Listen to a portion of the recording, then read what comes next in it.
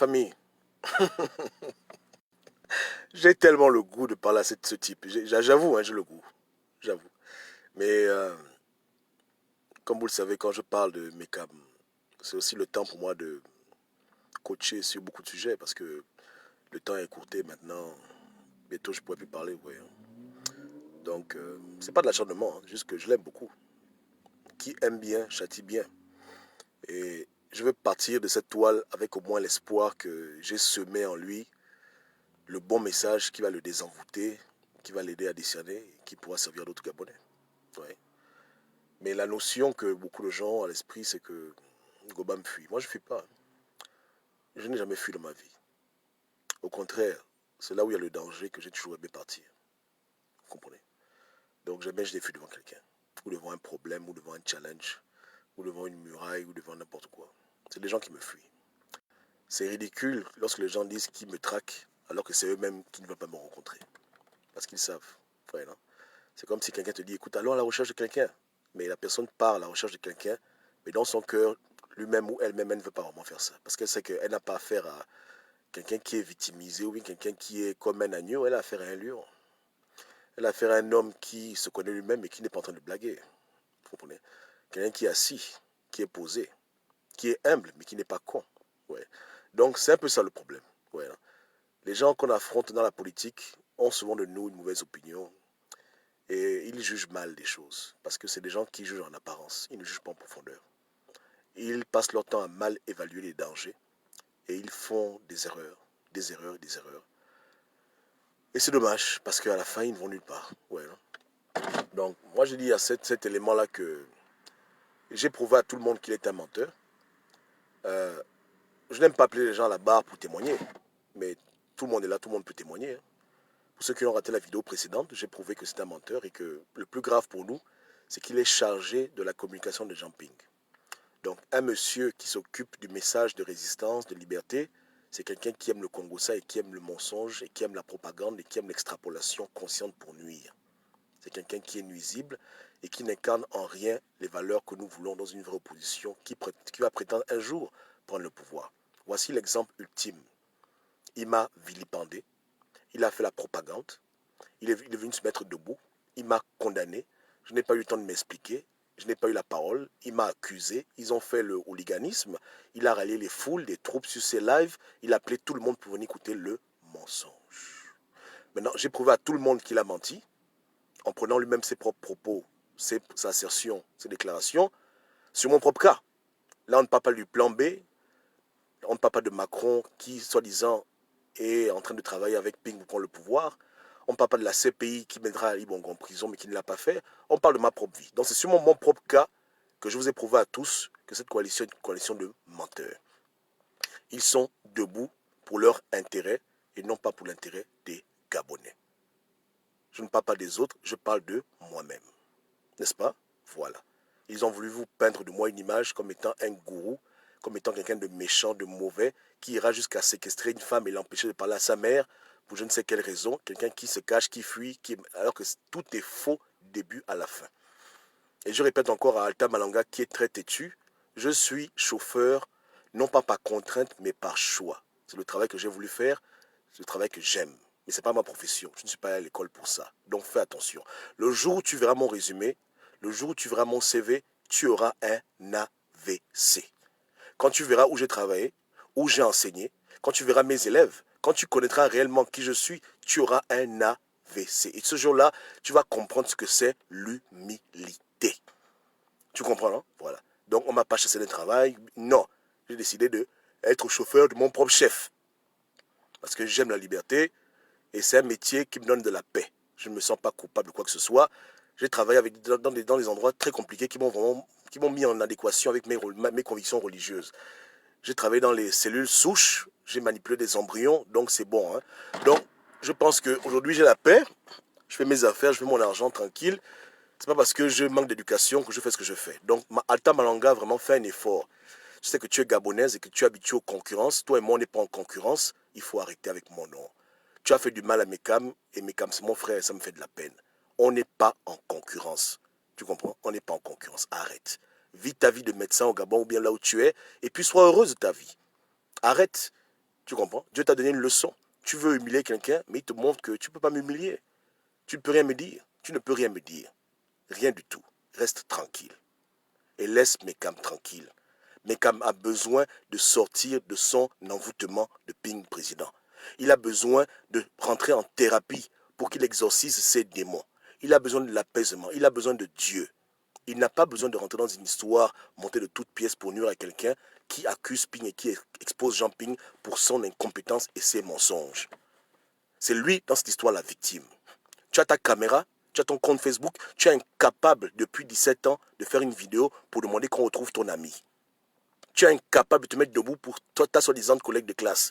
Mais c'est Mekam que tu allais prendre pour qu'il devienne votre ambassadeur et le pauvre. Là maintenant, il est dans le collimateur de Dieu parce que Mekam a porté un faux jugement. Car il est écrit, tu ne porteras pas de faux jugement. Et encore moins de condamnation. Ils m'ont condamné pour des faits qui sont faux, archi faux, faux et faux, refusant de voir la vérité en face, de comprendre que deux adultes qui ne se parlent pas, c'est entre deux adultes, ils ont voulu extrapoler, et même on m'a même dit que j'ai même tué, j'ai enterré beaucoup de conneries. C'est ça le travail des pinguistes. Depuis 4 ans, ils ont menti, menti, menti, menti, menti, menti, menti, menti et menti. Et même jusqu'à présent, il ne croit toujours pas que je suis gabonais. On aura même beau lui amener les photos de bébé, il dira qu'on m'a adopté. Voilà. C'est que ça c'est le degré d'entêtement idiotique dont un Gabon n'a pas besoin. Mekam est envoûté, Mekam est manipulé, Mekam est fou. Tout le monde l'utilise, tout le monde le sert de lui comme un cheval, comme un tremplin. C'est ridicule. Alta Malonga. Et un peu honte. Je ne clash pas les femmes. Mais toi-même, tu n'as pas la caméra? Les frères de Anna, ils n'ont pas de caméra. Elle-même, la maman elle-même n'a pas une caméra. Pourquoi elle-même ne parle pas et dit qu'elle voit sa fille? Pourquoi elle passe par Mekam pour venir m'emmerder dans mon travail pour le Gabon? Jusqu'au point où Mekam est tellement ridicule qu'il affole mes parents. Voilà les évidences. Vous comprenez? Moi, j'ai un pote qui est mort en 2009. Et c'est un pote qui me l'a dit. Mais à supposer que mon pote serait porté disparu, j'aurais fait une vidéo pour dire que mon ami a disparu. Il est où dans le foutu Gabon? Je serais allé au poste de police, j'aurais porté plainte, j'aurais investigué. Mais les gens qui disent qu'ils me cherchent, c'est les gens qui me fuient. Et les gens qui m'accusent, ils savent que je n'y suis pour rien. S'ils ne sont pas en contact avec leurs parents, c'est eux-mêmes. Ils n'ont qu'à dire la vraie raison. Et puis c'est bon. Ouais, hein? Mais Mekam, il a cru au plan B. Il a cru que Macron et Ping se voyaient la nuit. Il a cru que Ping devait prendre le pouvoir. Il a cru que Ping, président. Il a cru que Ping devait organiser les élections législatives. Il a cru que Ping et Ban Ki-moon se voyaient la nuit. Il croit à beaucoup de conneries parce qu'il veut croire ce qu'il veut croire. Il ne base pas ses croyances sur les faits. Il base sa croyance sur ce qu'il aime. Donc, quand on dit du mal de moi, il aime, donc il croit. Il n'investit pas, il ne vérifie pas. Il est typiquement gabonais et c'est dommage. Et un tel individu, s'il a l'image du peuple, j'ai peur pour 2023 et pour les années à venir. Le Gabonais, ça ne va pas. Voilà ce qui est. N'est-ce pas? Voilà. Donc, ils ont fait un bon travail de dénigration. Alors là, chapeau. Franchement, même quelqu'un qui n'aime pas la justice, quand il écoutait ce que Mekam disait la semaine dernière, sa campagne de dénigration, il a dit que Gobam, c'est un diable. Parce qu'ils ont fait ce qu'ils ont toujours l'habitude de faire. Hein? Il y a eu 40 morts, il y a eu 500 morts pour affoler les gens. Une affaire qui remonte à 11 ans et demi, il dit que ça remonte à 17 ans et je suis venu au Gabon kidnapper quelqu'un. Prendre quelqu'un par la force, tourner la tête, enlever quelqu'un de la médecine pour l'amener aux États-Unis. Alors que c'est complètement faux. En 2006, j'étais avec une autre femme, une autre copine. En 2007, j'étais seul. En 2008, je l'ai rencontré. Faites les calculs. Fin 2008. Ça fait combien de temps? Ça fait combien de temps? Je dis que de 2002 à 2009, je ne la connaissais pas. Je ne l'avais jamais vue, j'avais jamais entendu parler d'elle. 17 ans, c'est 2003. J'ai quitté le Gabon en décembre 2002. Je répète encore, en décembre 2002, en compagnie de toute ma famille, de tous mes amis du quartier, de mon père, de ma mère, de mes soeurs, de mes frères, de mes oncles, de tout le monde. Tout le monde m'a vu prendre l'avion, atterrir. Mon propre oncle m'a accueilli, il m'a amené chez lui à New York. Voilà. Donc 2003, Gobam était dans les cahiers, je faisais autre chose dans ma vie. On se comprend, non? Voilà. Donc en 2004, j'étais pas au Gabon. Quand elle a quitté le Gabon en 2004-2005, j'étais pas au Gabon. on ne s'est connu qu'en fin 2008. Yeke Yeke, ça c'est seulement l'introduction. C'est que je ne suis même pas allé loin. Je suis seulement au début. Pour vous montrer une fois de plus, les gens à qui on a affaire ne sont pas des gens sérieux. N'est-ce pas? Et si Mekam doute, moi je sortirai mon passeport, il verra le visa, il verra la date d'entrée et la date de sortie. En 2007, j'étais en France, je crois, en vacances. 2008, je suis revenu. Voilà. Donc, on s'est rencontrés dans une église catholique aux alentours de 2008-2009. Parce que je vieillis, ma mémoire me fait défaut. Voici les faits. Donc, personne ne cherche Gobam. Les gens qui disent qu'ils me cherchent, ils me fuient. N'est-ce pas, non? Voilà. Parce que quand tu viens vers les Gabonais avec de tels mensonges, en prétendant que quelqu'un est un diable, quel est le but d'en attirer? Quel est l'objectif de tels mensonges? Je vous demande. Et jamais je n'ai vécu en autarcie, coupé du monde, loin des gens. C'est complètement faux. C'est une aberration. Jamais. J'ai été étudiant gabonais. Je venais à l'ambassade tout le temps. J'ai habité à la capitale. J'ai fréquenté les églises du coin. On savait où j'étais. J'ai roulé avec tout le monde. J'ai beaucoup de frangins partout. New York, Colorado, dans tous les États-Unis. Papa, je ne suis pas un fantôme. Donc, quand tu viens mentir sur quelqu'un comme ça, quelqu'un que tout le monde a vu, connu, sur des centaines de témoins, j'ai dit même des centaines de témoins, je ne l'ai pas connu dans une boîte de nuit, je l'ai connu à l'église. Donc, quand tu vois l'église catholique là, tu vois comment c'est rempli, non? Tout le monde la connaissait dans l'église là. Tout le monde. Donc, le jour où je l'ai connu, tout le monde peut témoigner. Ce n'était pas au CUS, c'était aux États-Unis. Elle avait déjà fait 5 ans ou 4 ans à l'étranger quand on s'est rencontrés. Est-ce que vous voyez un peu le degré de manipulation de Jude Mekam, de Alta Malonga et des gens qui disent qu'il va l'arranger au Gobam, de dire par sa belle-mère? Mais regardez vous-même. Donc, quel esprit motive de telles personnes? Quel esprit qui les motive? Je suis venu au Gabon en 2006, j'ai passé pratiquement 3 mois, je crois. 3 mois de vacances. Hein? Il y a les photos de mon anniversaire. Mes soeurs se rappellent comme si c'était hier. Tout le monde était au pays, on était tranquille. On était là, à l'aise. Ouais, non? Voilà. Tranquille, hein? J'ai croisé beaucoup de Gabonais à l'ambassade américaine. J'ai croisé beaucoup de Gabonais là-bas. On a parlé, on a échangé. J'ai roulé dans Libreville. Je suis allé partout. J'ai vu quelques parents. J'ai pas vu tout le monde. Tranquille. C'était au calme. Tout le monde m'a vu. Personne ne m'a vu avec une fille du CUS en train de la trimballer partout, la séquestrer. Personne. Ils avaient vu une autre go. J'étais avec une go à l'époque. Ouais, non. Voilà.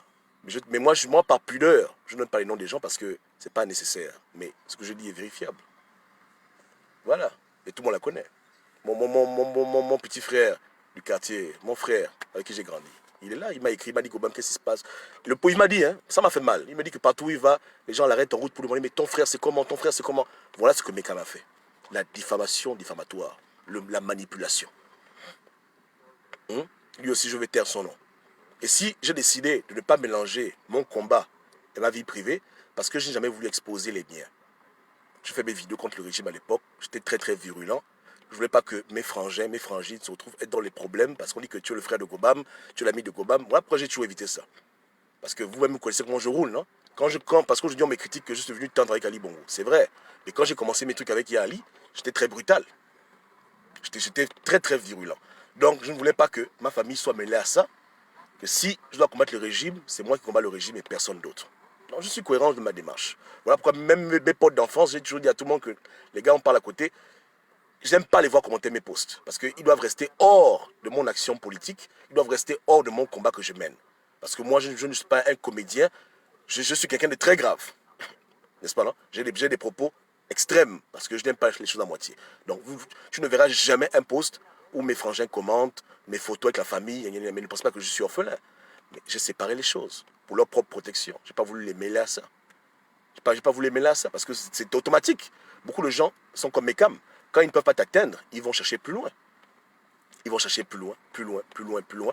Ils sont fascinés par ta vie comme si tu étais une star. Hein? Ils n'ont pas bien la nuit. Ils veulent savoir qui tu es. Ils font des enquêtes, beaucoup de conneries. Parce que le message que tu dis n'est pas suffisant. Ils veulent aller plus loin. Au lieu qu'ils se limitent à mes paroles, à mon message, à mon coaching, ils vont chercher. Chercher. Pire encore, quand tu exposes à nu leur président élu, tu le prends comme un bébé, tu le mets à poil devant tout le monde. Là, ça les fait mal. Ils creusent. Donc, ou bien, faut qu'on arrête. Et je me rappelle même à l'époque, j'ai même mon pote qui est en France ingénieur, à Sagem, qui était venu me voir, que tout le monde connaît ici. Enfin, pas tout le monde, mais en famille. Karim.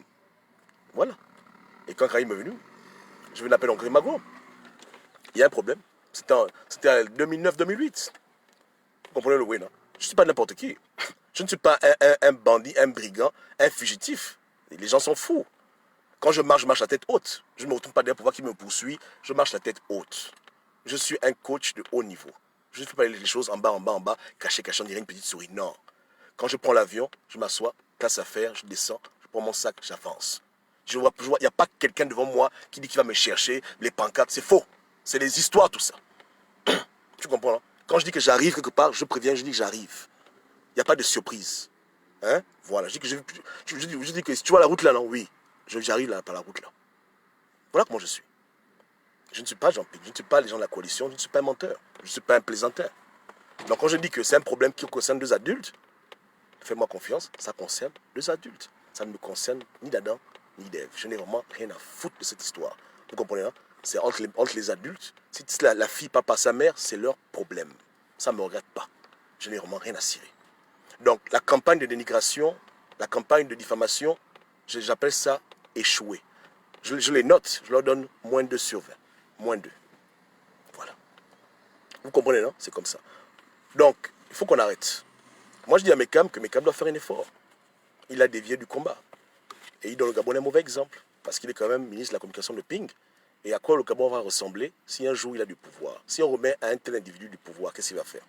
Maintenant, il va partout dire aux gens que je voulais le sodomiser, je voulais l'envoyer en prison pour qu'on le sodomise. Non, je l'ai prévenu que si tu fais une interview avec des faux témoins, avec des mensonges, tu vas répondre pour toutes les faussetés que tu vas balancer. Je t'enverrai en prison. Je te porterai plainte et je mettrai ta tête à prix. Parce que j'ai les moyens de ma politique. Si je dépose sur ta tête 10 000 euros, il y a quelqu'un qui va te récupérer, qui va te faire ça dur. Parce que moi, ma justice, je n'attends pas le juge. Je dépose plainte lundi, le juge me raconte sa vie. Mardi, je dépose l'argent, je dis que bon, voici 10 000 euros, attrapez-le, tabassez-le. Voilà comment je roule. Donc, je t'ai mon prévenu que ne t'amuse pas avec moi.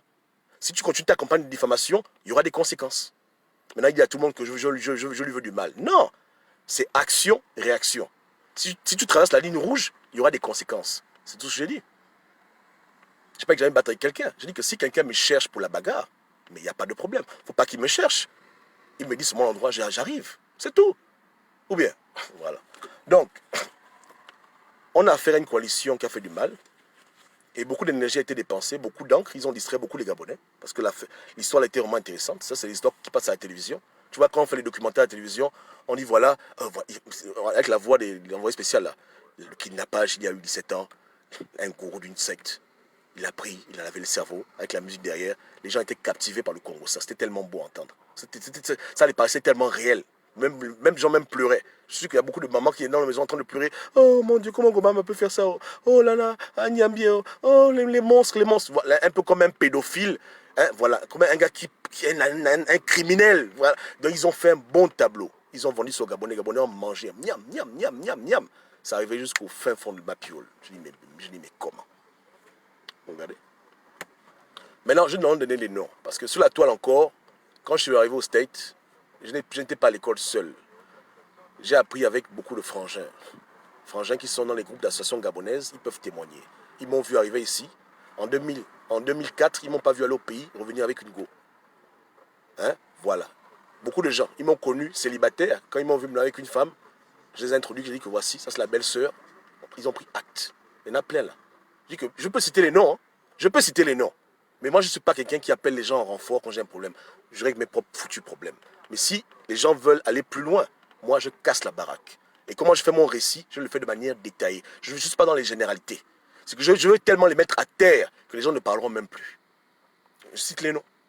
Donc, que ce soit l'école d'anglais, que ce soit même les gens avec qui j'ai habité, ils m'ont bien vu aux États-Unis. Là, présent, ils ne m'ont pas vu au CUS en 2004 aller prendre quelqu'un, arrêter l'école de quelqu'un. Jamais de la vie. Au contraire. On était des gens consciencieux. On n'était pas là pour être en train de manipuler. Pourquoi on va faire ça? Pourquoi? Pas du tout. Donc, j'ai même des potes qui sont décédés. Bon, lui, au moins, il est mort, je peux le citer. Mon frère Smaïn, hein, Smaïn Abou, il est mort dans mes bras. Le jour qu'il a fait l'accident de voiture à Baltimore, le frangin m'a appelé pour dire que Obama, le frangin, est à l'hôpital. On a pleuré Smaïn. Et quand Smaïn est mort, il était mort avec Magouita avec moi. On était ensemble à l'hôpital. Les gens racontent même quoi. Hein? Smile est mort quelle année? J'ai oublié. Il est mort en 2009, 2010, j'ai oublié. On est partis ensemble. J'ai vu sa sœur qui pleurait. Un camion l'avait ramassé. Il était en train d'agoniser. La nuit, là, il est décédé. J'étais à Baltimore. Je sortais des cours. On dit que le frangin, voilà, ton frère est décédé. Quelqu'un avec qui on est venu la même année. On a pris ensemble, on a mangé ensemble, on a roulé ensemble. L'affaire là est très grave. Si je parle, c'est dangereux. Vous comprenez? C'est très grave. Je dis que je ne suis pas un fantôme. Je ne suis pas un fantôme. Donc, non, pas du tout. Hein? Et beaucoup d'amis, beaucoup de gens ici connaissent Mine. Sa sœur est déjà mariée, tout ça a fait sa vie. Hein? Notre frangin est décédé. Voilà, le corps est parti. Et à l'époque, j'avais pas eu le temps de dire que, écoute, parce qu'il était encore à New York, il venait de revenir. Ouais, non? Donc, voilà, vous comprenez. Hein? Donc, il y en a qui sont au Gabon, qui me connaissent. Il y en a qui sont aux États-Unis, qui me connaissent. Il y en a avec qui on a appris ensemble. Il y en a avec qui on a fait les 400 coups. Il y en a avec qui on a bu. Il y en a avec qui on s'est amusé.